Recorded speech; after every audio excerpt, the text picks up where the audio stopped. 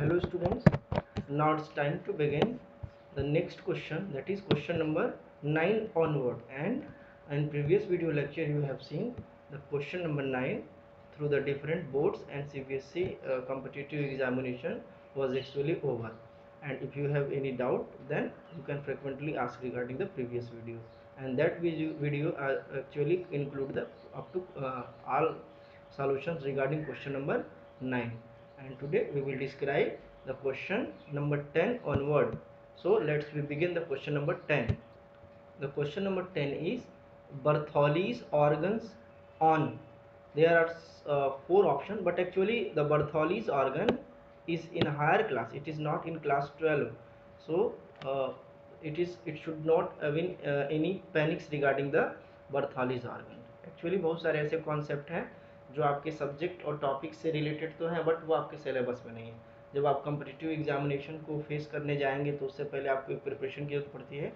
But यहाँ पे मैं आपको थोड़ा सा अवेयर कर दूँ कि बर्थोलिन्स ऑर्गन्स होता क्या है. एक्चुअली आपके पास चार ऑप्शन है: sites of vasa deferens, sites of vagina, tails of birds and head of amphibian.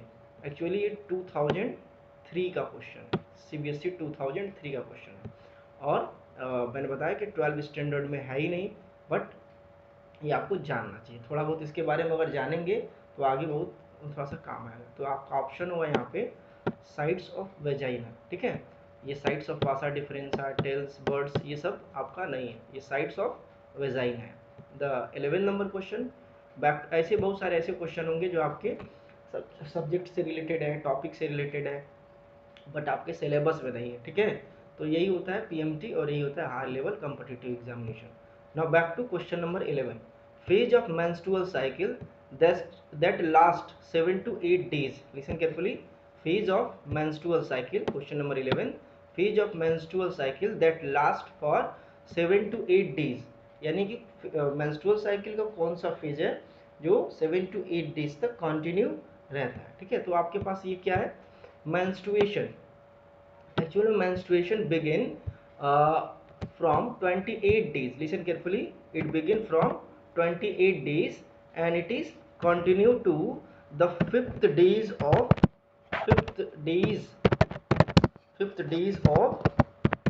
the next cycle.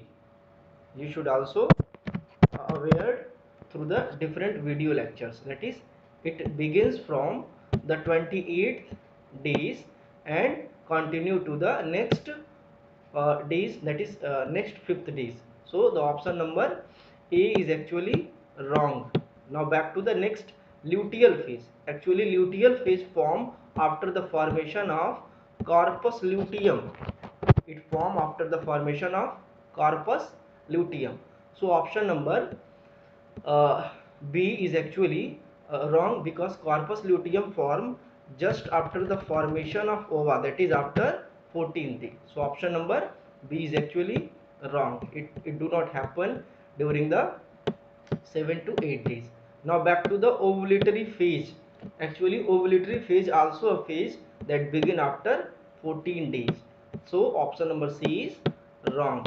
And then the option number D is right, that is follicular phase. It is phase that occurs between 7 to 8 days. So इस तरह के question आपके board examination में भी देखने को मिल सकते हैं, इसलिए इसको मैं रिवाइज करा रहा हूँ. इसको आप अच्छे से नोटिस कर लीजिएगा. इसका PDF आज आपको मिल जाएगा, बट यहाँ पे आपको थोड़े थोड़े छोटे छोटे कॉन्सेप्ट्स हैं, इसको आपको थोड़ा सा दिमाग में लेके रखना है. ठीक है, चलो. तो ये phase of menstrual cycle that last for 7 to 8 days, तो ये क्या हो जाएगा, फॉलिकुलर फेज. हमको ये नहीं जानना है कि ये क्यों होगा, हमको ये जानना है कि बाकी के ऑप्शन से इसका क्या कोरिलेशन है, क्या ये इसके कोरिलेट रखते हैं, क्या इससे इसका कोई मतलब है. अगर नहीं है तो फिर हमको आगे फोकस करना है इन सब पे फोकस. हमारा कॉन्सेप्ट देखो, बोर्ड हायर लेवल एग्जामिनेशन में ये देखो कब का पूछा गया है, ये एम्स 2003 का क्वेश्चन है. ठीक है, एम्स वगैरह हायर लेवल एग्जामिनेशन है, तो इसमें हमको थोड़े थोड़े छोटे छोटे कॉन्सेप्ट पे बहुत ज़्यादा क्लियर करना पड़ता है अपने कॉन्सेप्ट. ठीक है, तो इस तरह के क्वेश्चन जो भी रहेंगे मैं आपको सॉल्व करवा दूंगा. बस आपको डेली वीडियो विजिट करना है और डेली जो है नोट्स बनाते रहना है. साथ में जब वीडियो चल रहा हो तो आप अपने बगल में नोट्स और कॉपी लेकर बैठते रहिए. ठीक है, तो मेंस्ट्रुएशन क्यों नहीं होगा, क्योंकि वो 28 टू नेक्स्ट 5th डे चलता रहता है. ल्यूटियल फेज कॉर्पस ल्यूटियम से रिलेटेड है, और ये 14 डेज, आफ्टर 14 डेज ही इसका फेज होगा ओवुलेटरी के साथ, और यहाँ पे ये फॉलिकुलर फेज सही होगा। ठीक है, चलो अब नेक्स्ट क्वेश्चन पे आते हैं। क्वेश्चन नंबर 12, क्वेश्चन नंबर 12 में ये जम्मू कश्मीर सीईटी में पूछा गया है, झारखंड में, सॉरी झारखंड सीईटी में पूछा गया है, which is not mesodermal in origin. यहाँ पे आपको बहुत सारे ऑप्शन है, ऑप्शन नंबर 1 2 3 4, ठीक है, बहुत सारे ऑप्शन है ABCD करके। तो पूछ रहा है कि आपको मीजोडर्मल इन ओरिजिन इसमें से कौन है, कौन किसका जो है ओरिजिन जो है मीजोडर्म से नहीं होता है। तो आपको वीडियो मिला होगा इससे रिलेटेड, डिफरेंट ऑर्गन्स, वीडियो के साथ आपको नोट्स भी मिला होगा कि एक्टोडर्म, मीजोडर्म और एंडोडर्म से क्या बनते हैं। तो यहाँ पे आपको नर्वस सिस्टम की मैं बात कर दूं, तो नर्वस सिस्टम किससे बनता है, तो आपका नर्वस सिस्टम बनता है एक्टोडर्म से। नर्वस सिस्टम किससे बनता है, एक्टोडर्म से। ठीक है, तो आपको दिमाग में रखना है, तो ये किससे बनता है, एक्टोडर्म से। ठीक, इस पे सब सारे कॉन्सेप्ट आपके क्लियर होने चाहिए। ठीक, तो नर्वस सिस्टम पे फोकस रखना है कि आपको बनता है एक्टोडर्म से, और ये मीजोडर्मल ओरिजिन नहीं है। तो आपका option number A, option number 1 ही आपका क्या हो जाएगा, सही हो जाएगा। ये आपको दिमाग में रखना है कि ऑप्शन नंबर 1 ही आपका सही है। ठीक है, ऑप्शन नंबर 1 सही है। ठीक, अब आपको ये जानना है, ऑप्शन नंबर 1 टिक कर दे रहा हूँ, ऑप्शन नंबर 1 सही है। लेकिन अब ये जानना है कि सर्कुलेटरी सिस्टम, मस्कुलर सिस्टम और स्केलेटल टिश्यूज, ये सब से क्या रिलेशन है इसका। ठीक है, तो यहाँ पे अब एक बात क्लियर कर दूं कि ऑप्शन नंबर ए आपका सही है, क्योंकि मीजोडर्मल ओरिजिन नहीं होता है। तो ये बनता कैसे है, ये एक्टोडर्म से बनता है, मैंने अभी बताया। सर्कुलेटरी सिस्टम हो गया, सर्कुलेटरी सिस्टम, यहाँ पे आपको एक चीज और जानना है कि एक्टोडर्म से और क्या क्या बनते हैं। एक्टोडर्म से बनता है एपिथेलियल टिश्यूज, आपको ये भी जानना है कि एक्टोडर्म से क्या क्या बनता है, एपिथेलियल टिश्यूज। ठीक है, एपिथेलियल टिश्यूज बनते हैं, और क्या बनते हैं, और इससे बनते हैं पिगमेंट्स भी बनते हैं। ठीक है, पिगमेंट्स बनते हैं, लेकिन एपिथेलियम के नीचे जो डर्माइट्स है वो नहीं बनता है। ठीक, आपको ये जानना है कि एपिथेलियल टिश्यूज के नीचे जो डर्माइट्स होते हैं, यानी कि स्पेशल जो सेल्स होते हैं, ठीक है, वो नहीं बनते हैं, वो सब जो है स्पेशल मीजोडर्मल ओरिजिन है। तो यहाँ आपको एपिथेलियल टिश्यूज वगैरह पे कॉन्सेप्ट क्लियर रखना है, वो सब बनते हैं कैसे, वो एक्टोडर्म से बनते हैं। ठीक है, अब आते हैं सर्कुलेटरी सिस्टम कैसे बनता है। सर्कुलेटरी सिस्टम ये मीजोडर्मल ओरिजिन है, किससे बनता है, ये मीजोडर्म से बनता है। ठीक है, मस्कुलर सिस्टम, यहाँ पे आपको जानना है कि सर्कुलेटरी सिस्टम के अलावा ये मस्कुलर सिस्टम किससे बनता है, ये भी मीजोडर्मल ओरिजिन है। स्केलेटल सिस्टम जो है, स्केलेटल सिस्टम ये बनता है आपका ये भी मीजोडर्मल ओरिजिन है। ठीक है, तो ये आपको जानना है कि सर्कुलेटरी सिस्टम, स्केलेटल सिस्टम, ठीक है, ये मीजोडर्मल ओरिजिन है। इसके अलावा नोटोकॉर्ड, ये भी आपको दिमाग में रखना है कि ये जो नोटोकॉर्ड होता है, ये नोटोकॉर्ड और नर्व कॉर्ड दो चीज होता है।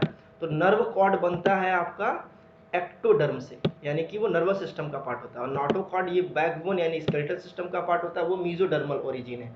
ये आपको जानना है अच्छी तरह से। ठीक है, चलो अब आते हैं नेक्स्ट में बात कर दूं कि एंडोडर्म से क्या बनता है। यूरिनरी ब्लैडर, रेस्पिरेटरी ट्रैक्ट, ये सब सारी चीजें आपको बताया गया था, इन सब सारी चीजों पे आपको कॉन्सेप्ट क्लियर रखना है। ठीक है, आप वीडियो पुराने जो भी ऑर्गन से रिलेटेड ये सब वीडियो थे उसको आपको देखना चाहिए। ठीक है, कैसे बनता है एक्टोडर्म, मीजोडर्म और एंडोडर्म। चलो अब आगे आते हैं नेक्स्ट क्वेश्चन नंबर 13 पे। Question number 13, listen, in uterus endometrium increase in thickness in response to, यानी कि एंडोमेट्रियम का जो थिकनेस होता है किसके रिस्पॉन्स में होता है। ठीक, तो आपको पता होगा कि ये होता तो प्रोजेस्टेरॉन के हार्मोन्स में, ठीक है, प्रोजेस्टेरॉन के थ्रू होता है, बट ऐसे ही नहीं, ये पीएमटी वगैरह में पूछता है। ठीक, तो आपका यहाँ पे चारों ऑप्शन में कहीं भी प्रोजेस्टेरॉन नहीं है। ठीक है, आपको ये जानना है कि चारों ऑप्शन में कहीं भी प्रोजेस्टेरॉन नहीं है। अब आपको ये जानना है कि एंडोमेट्रियम के थिकनेस के लिए रिस्पॉन्सिबल कौन सा हार्मोन्स है, वो है प्रोजेस्टेरॉन।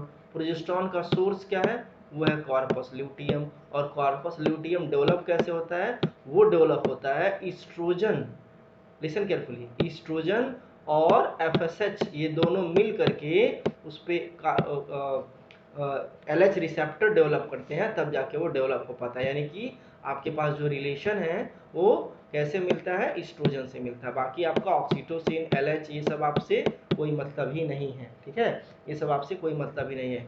ल्यूटिनाइजिंग हार्मोन्स से भी आपका कोई मतलब नहीं है, ये ल्यूटिनाइजिंग हार्मोन्स तो बाद में सीक्रेट होता है, तो आपको ये ऑप्शन बी होगा। ठीक, चलो आगे आते हैं। नेक्स्ट है 14, स्पर्म फॉर्म, लिसन, ये 14 number question, sperm form from one primary spermatocyte number, यानी कि जो स्पर्म एक प्राइमरी स्पर्मेटोसाइट है, इससे जो स्पर्म बने वो कितना होगा, ये तो अनडाउटली ये कब कितना होगा, 4 होगा। आपके दिमाग में ये सब रहना चाहिए, ये कितना होगा, 4 होगा। ठीक है, चलो आगे आते हैं 15 पे अब चेक करते हैं। ठीक है, 15 क्या है, सर्टोली सेल सिक्रीट, कौन सा हार्मोन सिक्रीट करता है, तो यहाँ पे आपके पास बहुत सारे ऑप्शन है, लेकिन इतना जान लो कि ये ऑप्शंस आपको कंफ्यूज करने वाले हैं, क्योंकि ये प्रीवियस ईयर बोर्ड के नहीं है, ये कॉम्पिटिटिव एग्जामिनेशन के हैं। आपको वीडियो में बने रहना। ठीक है, तो रिलैक्सिन, ये तो आपका जो है पढ़े होंगे कि ये प्रेगनेंसी के टाइम रिलीज होता है। ठीक है, तो इससे कोई मतलब ही नहीं। टेस्टोस्टेरोन, तो ये टेस्टोस्टेरोन लेडिक सेल सिक्रीट करता है। गोनेडोट्रोपिन कौन सिक्रीट करता है, गोनेडोट्रोपिन सिक्रीट करता है तुम्हारा हाइपोथैलेमस सिक्रीट करता है। ठीक है, पिट्यूटरी सिक्रीट करता है। तो LH और FSH को ही गोनेडोट्रोपिन बोलते हैं। तो ना आपका A सही है, ना B सही है, ना D सही है, ऐसे ही ऑप्शन से आपको लगाना आता है। तो ये क्या हो जाएगा, इनहिबिन। ठीक, Sertoli cell secrete inhibin, one of the very important question regarding the competitive examination. Now back to the next question number 16। Question number 16, low titers of progesterone and estrogen stimulate production of, यानी कि अगर oestrogen और progesterone का concentration लो हो जाए, ठीक है, oestrogen और प्रोजेस्टेरॉन का जो कंसंट्रेशन है वो आपका क्या हो जाए, लो हो जाए, तो वो किसके प्रोडक्शन को स्टिमुलेट करेगा, यहाँ पे आपको जानना है। FSH, इससे तो कोई मतलब है नहीं। ठीक है, LH, ये खुद जो एक तरह का एस्ट्रोजन, एक तरह का जो है एक तरह का जो है पार्टिकुलर पिट्यूटरी हार्मोन है।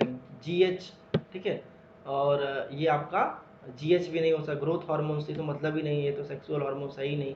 ठीक है, ये रिप्रोडक्टिव हार्मोन सही नहीं, तो यहाँ पे आपका ऑप्शन हो जाएगा FSH। ठीक है, ये कब पूछा है, अलीगढ़ मुस्लिम यूनिवर्सिटी 2005 में। ठीक, चलो आगे आते हैं 17, withdrawal of hormones cause one set of menstruation, यानी कि ये बहुत इंपॉर्टेंट नहीं है, ये बोर्ड में पूछा गया है, बट यहाँ पे आपको जानना है कि ये आपके बोर्ड का, इसलिए ये ज़्यादा इंपॉर्टेंट बनता है आपके पर्पज से। ठीक है, किस हार्मोन्स की विदड्रॉल से, किस हार्मोन्स की लो कंसंट्रेशन से मेंस्ट्रुएशन बिगिन होता है, तो अनडाउटली आपका प्रोजेस्टेरॉन होगा, बाकी ये सब कोई मतलब ही नहीं रखते हैं। ठीक है, चलो से 18 पे आते हैं, embryo at 16 cell stage called, अब यहाँ पे कंफ्यूजन है, 16 सेल स्टेज एम्ब्रियो को क्या बोलते हैं, यहाँ आपको जानना है कि जो एम्ब्रियो, लिसन बहुत ध्यान से आपको सुनना है, जो एम्ब्रियो 2 सेल स्टेज, ये तो एम्ब्रियो होता नहीं है, 2 to 18 सेल, 2 to